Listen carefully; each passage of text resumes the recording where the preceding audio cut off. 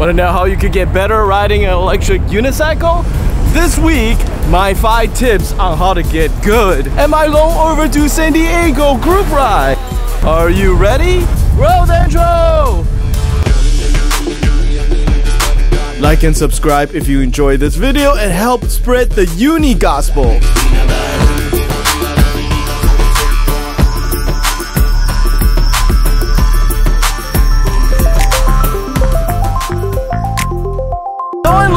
To have the opportunity to ride with many different EUC group all over, and for the most part I keep my mouth shut about how people ride their electric unicycles, since you know it's a fun hobby and the last thing you want is some know-it-all YouTuber to be telling you off about something you enjoy. But there are times when I wish that I had spoken up sooner, since I have seen people fail and hurt themselves as a result. So this week I'm gonna get on my little soapbox and give you 5 things that I think everyone should do to be better in EUC rider. And to keep things interesting, I'll use the recent group ride I did in sunny San Diego as a backdrop. Shout out to the awesome Southern California and San Diego rider group.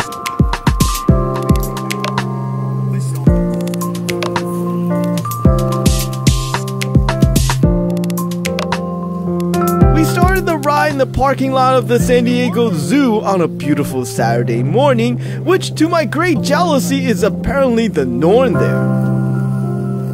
To kick things off, this is the simplest thing that I wish everyone would all do, except that it is still somewhat of a hit and miss, and that is simply that you should always bend your knee. Bend the knee. That's right, listen to Denarius and bend the knee. The lower you are in your center of gravity are to the ground, the more stable you are, and by dropping your stance and introduce an extra joint, you not only cushion yourself from unexpected wheel movement, you also dampen the resulting force and their effect. When an outside force shifts your weight for you in an unexpected manner, there's a good chance that it's going to shift your weight and as a result, the direction of your wheel, since you control an electric unicycle via weight shifting. And I keep seeing this mostly on new riders, but sometimes not quite so new riders also. Hi! New rider. Taking a break? Yeah, taking it easy.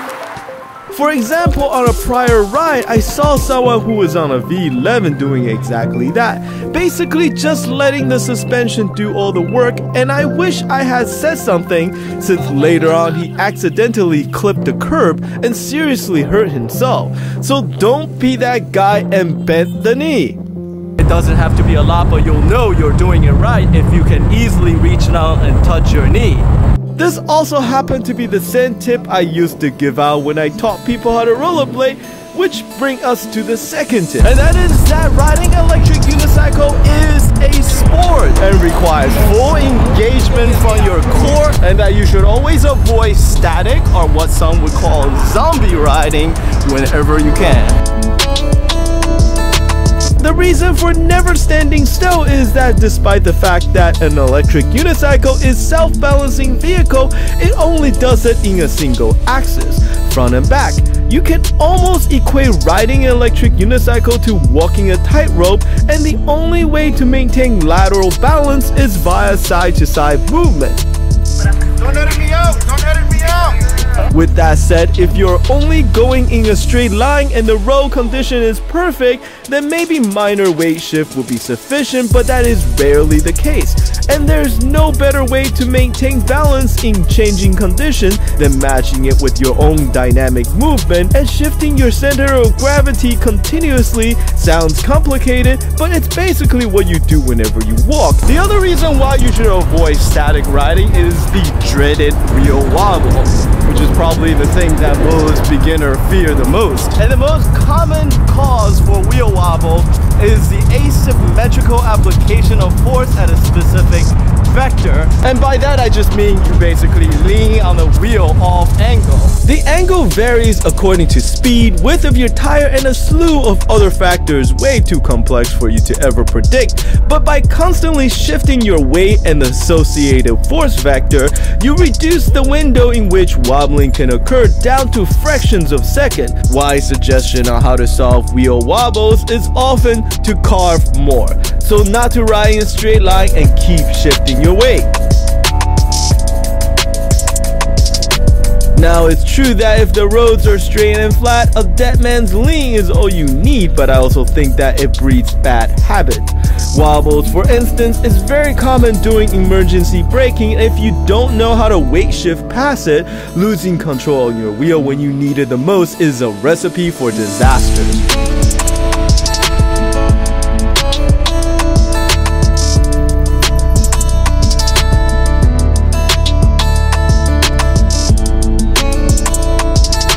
By the way, this need to carb whenever I ride is so ingrained that I almost do it without thinking whenever I ride an electric unicycle. Here in San Diego, someone was kind enough to lend me a Monster Pro to ride, but since the way the seat was set up blocks how much I can move my knees, I was actually a little bit freaked out and had to ride slower to compensate. So do experiment with your wheel setup also to make sure that it'll accommodate the necessary movement.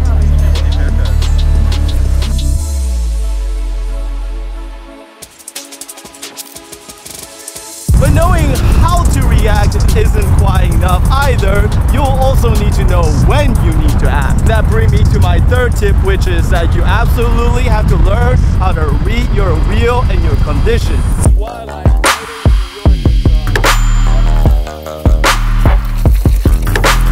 And by that I mean how much stability you have as well as how much headroom you have left. This is something that I'm constantly assessing and reacting to on a second-to-second basis whenever I'm on an electric unicycle.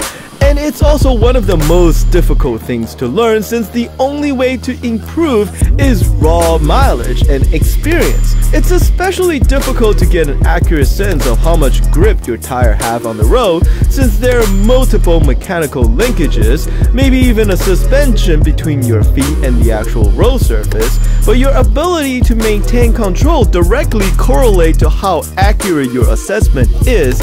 If you're off even slightly, as in the road is slicker and the grip of your tire is less than what you think it is, then this being a unicycle, there are very little margin for you to rely on when problem arises. And adding to this complexity are the wheel itself. How much torque, power, headrooms all comes into play. It is pretty overwhelming to think that you have to gather all of those information with nothing but the bottom of your feet, which is also likely why most experienced riders have a favorite pair of shoes that they absolutely can't ride without. And for me, it's these Adidas Pure Boost, which is actually discontinued. I actually had to buy a few extra pairs just to ensure that when the one I have currently wears out, I have backups. The San Diego ride continues, following the spectacular coast. Really blows me away, since all we get in New York City are gray, dirty harbor water that nobody wants to be next to. We then boarded a ferry and the ride continues on the other side of the crossing. Next, we're going to talk about gears. And on most chat and EUC forums, there is a heavy emphasis on the need for protection, and I see it on most group rides, which is great. But remember that gears do not make you a better rider. If anything, oftentimes being fully geared and behind a full-face helmet, people associate that additional sense of safety with an increase to their risk tolerance, and that can quickly get you into trouble if you start to ride outside of your capabilities.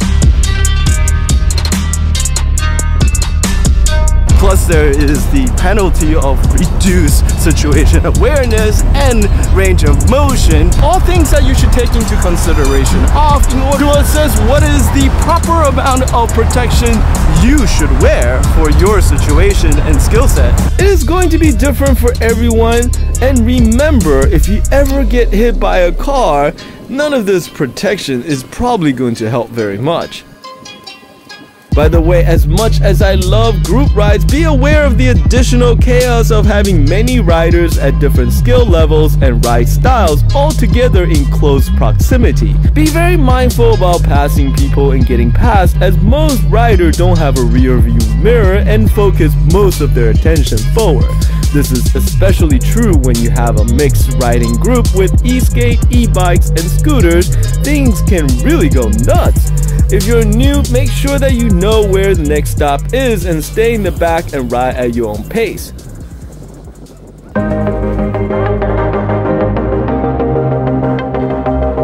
And as the ride winds down to the end, let me talk about the last tip, which is don't trust your wheels. Electric unicycle remain bleeding edge tech and are for the most part built by tiny Chinese manufacturers with few standards and uniformly poor QCs. We often talk about how one EUC company is more reliable than the other. However, you have to keep in mind that all that talk is relative to each other and solely for product inside of the tiny electric unicycle niche. If you compare electric unicycle to any of the more mainstream transport like motorcycle or even e-bikes, EUC are still nowhere close to the build standard as brands like Honda are zeros. Just because you brought a third or fourth batch wheel from, let's say, Emotion doesn't mean that you can rely on it not to fail.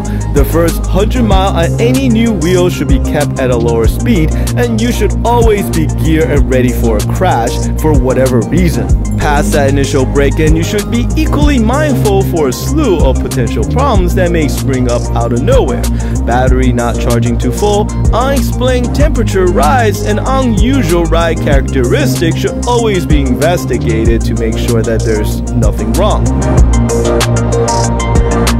I do have to offset that by saying that electric unicycle are relatively simple machines. Over a longer period of time tends to be pretty reliable. However, unlike other electronics, say your phone for instance, even the smallest defect has the potential of causing a terrible crash. So as a result, always be skeptical and keep a close eye on your wheel. For instance, although I have had very few problems with my Monster V3, on a recent ride I found an unusual hot spot on the side of the wheel, and I immediately stopped and let it sit for 15 minutes on the side of the road just to see if it does something weird. And when I got home, I immediately took it apart to check to see if everything looks right. And although I didn't find anything unusual, considering the risk, you can never be too careful with your wheel.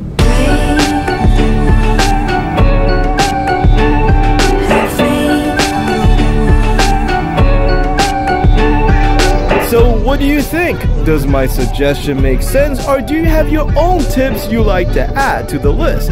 Well, that is what the comment section below are for. And you know what? Aha! I somehow managed to trick you into wasting another 15 minutes of your life, but I hope you enjoyed it. Shout out to my supporter on Patreon. Please check out the link in the video description below if you enjoy and like to support my work. And as always, as much as we all love electric unicycle, the only way for us to get better wheels is to grow as a community. So tell your friend, teach them how to ride, and get them hooked. Until the next video, thank you.